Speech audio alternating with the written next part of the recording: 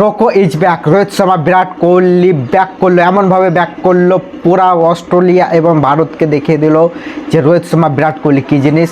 তারা অস্ট্রেলিয়ার গ্রাউন্ডে, এটা হয়তো শেষ খেলা, কিন্তু শেষ খেলায় যেভাবে প্রদর্শন তারা দেখিয়ে দিল, বিরাট বড় একটি পার্টনারশিপ অস্ট্রেলিয়াকে 9 উইকেটে হারালো। যে হোয়াইট হাউস হওয়ার সম্ভাবনা ছিল এই সিরিজে, সেটার থেকে বাঁচিয়ে রাখলো রোহিত শর্মা, বিরাট কোহলি। আজ যত ফ্যান এসেছিল সবাই রোহিত শর্মা, বিরাট কোহলি খেলা দেখার জন্য একবারে বসেছিল যে বিরাট কোহলি কখন নামবে, বিরাট কোহলি কখন নামবে, রোহিত শর্মা কীভাবে খেলে সেটা দেখার জন্য পুরো গ্রাউন্ড বসেছিল ভারতের দর্শকরা।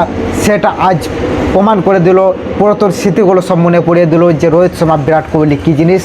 রোকো কীভাবে নাম তাদের পড়েছিল যে রোহিত শর্মা, বিরাট কোহলি কীভাবে এত বড় একটা পার্টনারশিপ করে এই অস্ট্রেলিয়ার গ্রাউন্ডে ম্যাচ জেতালো।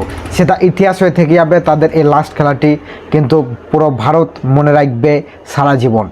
আজকে বিরাট কোহলি যেভাবে খেললো, সে তার যে কিং কোহলি খেলা, সেই যে চেস মাস্টার হিসেবে পরিচিত, সেই খেলায় কিন্তু বিরাট কোহলি খেললো। এবং রোহিত শর্মা কী বলবো, জবাব নেই। সে যেভাবে খেললো আজকে, রোহিত শর্মা যে আগে রোহিত শর্মা আমরা দেখেছিলাম, সেই রোহিত শর্মাকে আজকে আমরা দেখতে পেলাম।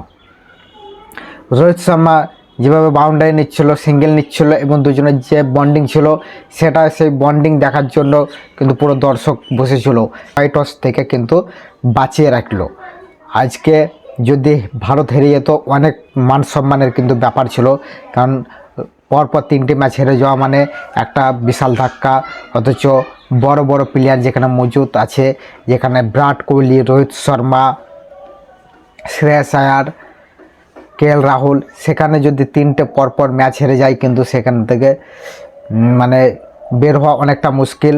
মান সম্মানের ব্যাপার ছিল এবং ভারতের একটা প্রভাব আলাদা পড়তো, কিন্তু সেখান থেকে যে লাস্ট ম্যাচটি জিতিয়ে বেরোলো, এখানে কিন্তু কনফিডেন্স চলে আসবে। আর আজকে যে খেলাটি খেললো রোহিত শর্মা, বিরাট কোহলি, সেটা তো সারা ভারত মনে রাখবে। কিন্তু এটাই হয়তো অস্ট্রেলিয়ার শেষ খেলা, যেভাবে বোঝা গেল অস্ট্রেলিয়াতে মনে হয় আর রোহিত শর্মা, বিরাট কোহলি কোনোদিন খেলতে আসবে না। তারা 2027 সালে বিশ্বকাপ খেলবে কিনা এটা তো কোনো গ্যারান্টি নেই, কিন্তু কতদিন খেলবে সেটা এখন বিশেষ কিছু বলা যাচ্ছে না, সেটা নিউজ কিন্তু আসছে না। কিন্তু মানুষ চাইছে বিরাট কোহলি, রোহিত শর্মা আরও খেলুক, আরও কিছু বছর ভারতকে এগিয়ে নিয়ে যাক। আজ রোহিত শর্মা, বিরাট কোহলি না থাকলে খেলাটা হয়তো অন্যরকম পরিণত হতো, কিন্তু আজকে রোহিত শর্মা আর বিরাট কোহলি দেখিয়ে দিল কিং কোহলি আর হিটম্যান কাকে বলে।